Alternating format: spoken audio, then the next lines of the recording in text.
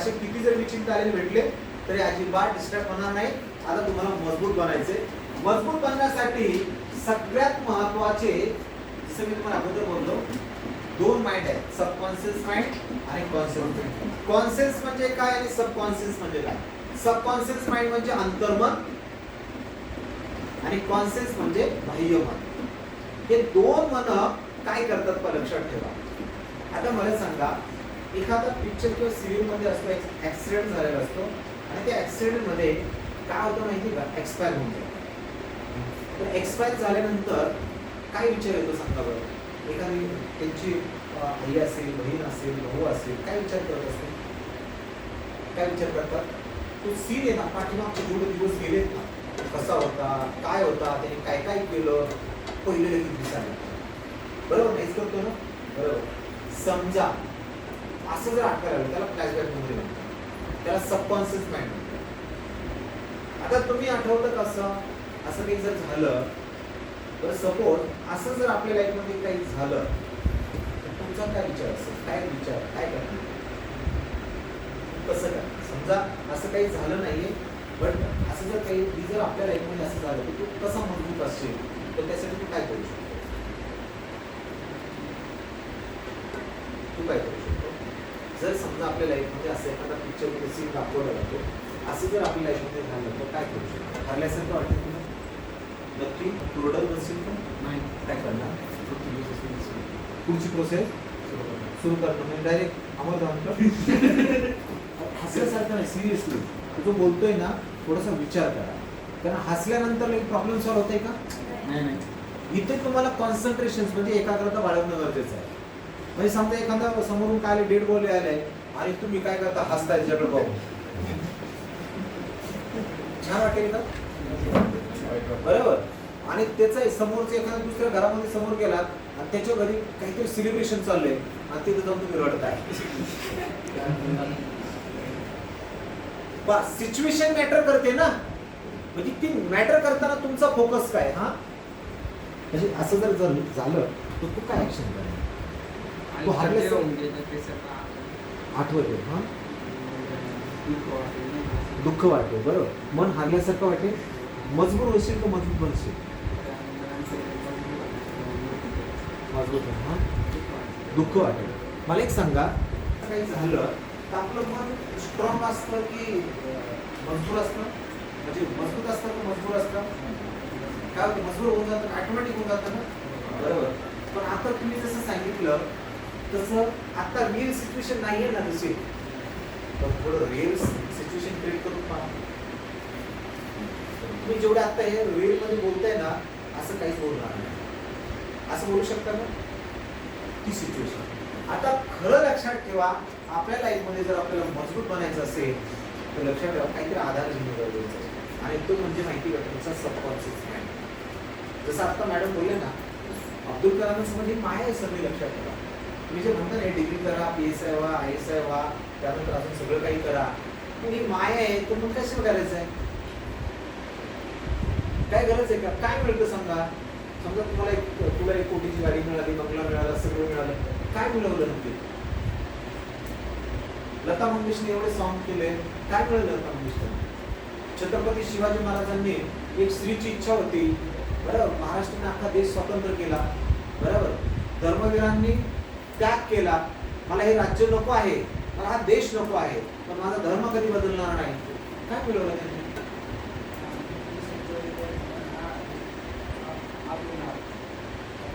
तुमचं नाव अमर करण्याचं एकच लक्ष. तुमच्याकडे चांगला अनुभव आहे, चांगलं ज्ञान आहे, देऊन टाका. बरोबर.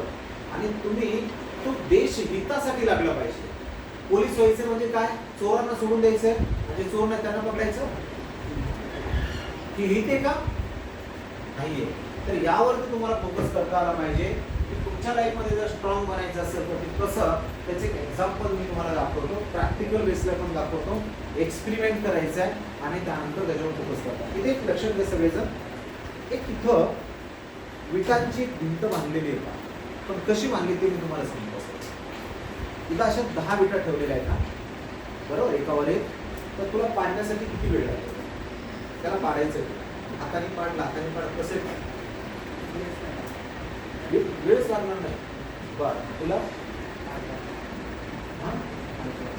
5 ते 10 सेकंद लागतील. तुला 5 सेकंद 5 सेकंद 2 मिनिटं 2 second 2 second 3 second 5 second 5 second 5 second. मग समजते नाही काय बोलतो मॅडम? बसा तुम्ही. म्हणजे काय सांगायचं तुम्हाला? त्यानंतर पुढची स्टेप पहा. पहिली स्टेप काय झाल्या? 10 विटा इथं ठेवल्या बरोबर. त्यानंतर त्या विटामध्ये वाळू टाकल्या. जे काय मध्ये स्पेस आहे ना त्याच्यामध्ये वाळू टाकली. किती मिनिटं लागतील तुला पाडण्यासाठी? 10 सेकंद लागते.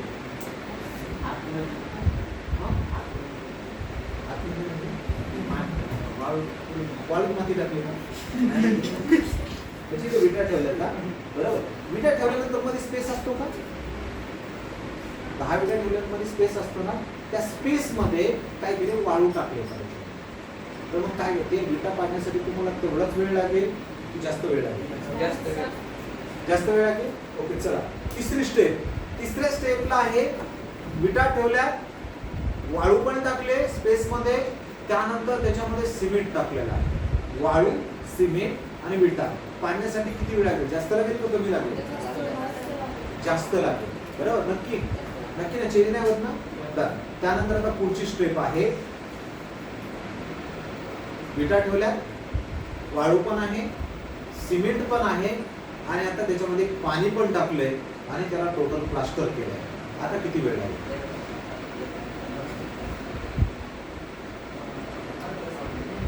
किती लागतील? 15 सेकंद लागतील. आता एक भिंत आहे तुझ्या समोर.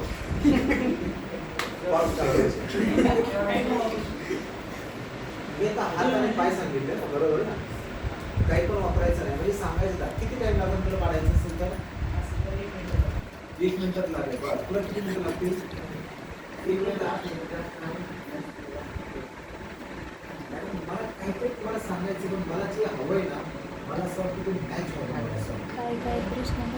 काहीतरी वेगळा मॅसेज द्यायचा. लक्षात येते का? बरं भाकरी जर बनवायची असेल तुम्हाला एकदम मला ते समजून भाजीची पीठ घ्यायची भाकरी आवडते तर तुम्ही काय करणार? पीठ घेणार डायरेक्ट माझ्या हातात घेणार. पण काय करणार? पिठाची भाकरी तयार करणार खायला देणार. प्रोसेस काय त्याची? प्रोसेस कॉम्बिनेशन क्रिएट करताय. मग तुम्ही एक कन्सेप्ट लक्षात ठेवा. तुमच्या समोर एक्सपेरिमेंट आहे, डिस्क्रिप्शन आहे. विटा ठेवल्यानंतर तुम्हाला काही सेकंद लागताय. वाळू टाकली तरी पण 1 सेकंद लागताय. सिमेंट टाकल्यानंतरही 30 सेकंद आहेत. मात्र एक कॉम्बिनेशन क्रिएट झालं. कोणतं? पाणी, वाळू, सिमेंट आणि विटा एकत्र आले. पाण्यामध्ये किती ताकद पाहिजे? त्यांना मजबूत ठेवण्यासाठी काय करताय? तुम्ही याला काढू शकत.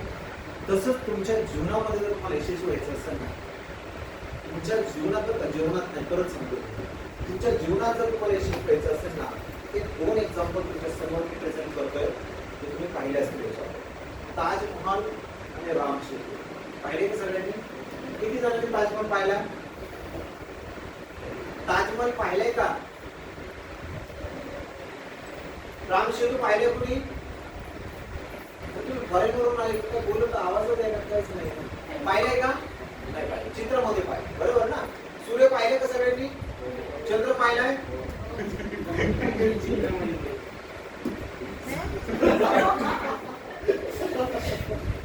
पृथ्वी किती जणांनी पाहिली? अरे पाहिली का? नाही पाहिली? पाहिली ना. अशी खाली बरोबर काही पाहिले का? खाली काय चाललेलं आहे? नाही दिसलं आता बरं? नाही दिसलं. बरं सगळं नेपच्यून तुम्ही पाहिलंय का? पाहिलंय की? नेपच्यूनला पाहिलं का? सांगायचं तात्पर्य काय? ताजमहल कन्स्ट्रक्शन इयर 1632 ते 1648 म्हणजे 16 वर्ष लागले. काय लागलं माहिती का ताजमहल बांधण्यासाठी? किती वर्ष लागलं? आणि राम सेतू पाण्यामध्ये येऊन लक्षात ठेवा. त्याला जवळपास आज 20 ते 40 हजार वर्ष झालं. फक्त 5 दिवस लागले होते. आणि अजूनही तो त्याच पद्धतीने मजबूत आहे.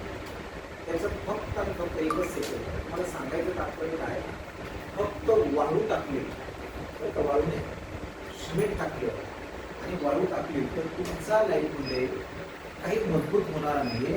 तसं भिंत पण मजबूत होईल का? समजा आता ही जो विटा कुठल्याला काय केलं असतं, वाळू सिमेंट किंवा पाणी वगैरे वापरलं नसतं, नुसता विटावरती विटा उभा केल्या असता तर मजबूत राहिलं असतं का? चोरांनी रोज एक विकेट काढण्याचे कम्प्युटर घेऊन गेले असते, बरोबर ना? तसं तुमच्या लाईफ मध्ये पण तुम्हाला कुणीही हरवू नये. असे किती जर तुम्हाला डिस्ट्रॅक्ट भेटले, तुमचे रिलेटिव्ह असो, तुमचे नियर बाय असो, अनेक प्रकारचे असो, तरी तुमचा फोकस काय आहे? फोकसच असला पाहिजे. काय असला पाहिजे? फोकस. लाईट गेल्यानंतर तुम्ही काय करता? काय करता? मेणबत्ती लावता, बरोबर? त्यानंतर टॉर्च घेता. टॉर्चचा उद्देश काय आहे? फोकस करणं. टॉर्चचा उद्देश पूर्ण सगळा जाळ तयार करणं नाही ना. Focus on. तसं तुमच्या लाईफ मध्ये पण जर स्ट्रॉंग व्हायचं असेल तर आज रामशी तो स्ट्रॉंग असण्याचं कारण फक्त याचं कारण काय म्हणजे छोट्या छोट्या जे काही छिद्र असतात त्या छिद्रामध्ये काम करण्याचं कार्य म्हणजे फारू द्यायचं. छोटे छोटे तुम्ही ते कंकर टाकले, कोरडं टाकले आणि त्यानंतर राम सेतू काय झालं मोठी मजबूत. म्हणजे तसं तुमच्या जीवनामध्ये पण चांगले चांगले संस्कार गुरु कंपनी एक जरी छोटासा कंकर, एक छोटासा जरी पॉइंट, एक छोटासा जरी पॉइंट तुमच्या लाईफमध्ये सक्सेस होताना जर तुम्हाला आजचा दिवस जर आठवला तर गुरु कंपनी सक्सेस. ओके, तुमच्या समोर एक जरी पॉइंट तुम्हाला एकाग्र बनवण्यासाठी जर ताकद निर्माण केली तर समजायचं की गुरु कंपनीने दिलेला जो हा वेळ आहे तो तुमचा माइंडपास झाला. अशा पद्धतीने असणारा हे कार्यकाळचं काय जे काही काम आहे असंच आपल्याला काय करायचं, जीवनामध्ये प्रगतीशील काम करायचं. म्हणजे मोरल आणि मोरलमध्ये तुम्हाला शेवटचं एक बोनस स्टेटमेंट घ्यायचं. First step for student powerful काय करिअर करायचं की कॅरियर करायचं? करिअर करा. कॅरियर नाही करायचं. कॅरियर म्हणजे तू सायकल चालवून पाणी बसतो, बरोबर? तसं करिअर करा. Focus on the deep not on the विड. ही सगळ्यात मोठी करिअरची सक्सेस की आहे. तुमच्या जीवनामध्ये ना तुम्हाला सक्सेस व्हायचं असेल ना तर मला किती जण ओळखतात त्यापेक्षा का ओळखतात यासाठी काम आहे. कशासाठी? किती मित्र मला ओळखताय यापेक्षाही तो मित्र मला का ओळखतो यासाठी तुमचं रिलेशन केलं. सो आजचा हा इव्हेंट मी इथपर्यंत थांबवतोय आणि मला वाटतं की मला चांगल्या प्रकारचं करिअर, आयकॉनिक करिअर मार्गदर्शन दिलं. त्याबद्दल तुम्ही सर्वांनी शांत चित्ताने ऐकून घेतलं आणि एकाग्रतेने ऐकून घेतलं. निश्चित तुमच्या जीवनामध्ये चांगल्या प्रकारचं परिवर्तन तुम्ही आणताल अशी अपेक्षा आहे.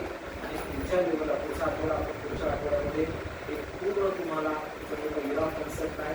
त्या कन्सेप्ट डेली तुम्हाला दोन सेशन्स कंप्लीट करायचे. तुमचा कॉन्फिडन्स पुढे अनेक तुमच्या प्रॅक्टिकलमध्ये आपण डेव्हलप करणार आहोत. परंतु आजच्या प्रॅक्टिकलमध्ये तुमच्यापैकी विनर कोण झाला पाहिजे हा मुद्दा होतो. कोण विनर झाला पाहिजे आज वाटतं तुम्हाला? आज तुम्ही बेस्ट प्रॅक्टिकल असं वाटतं मला.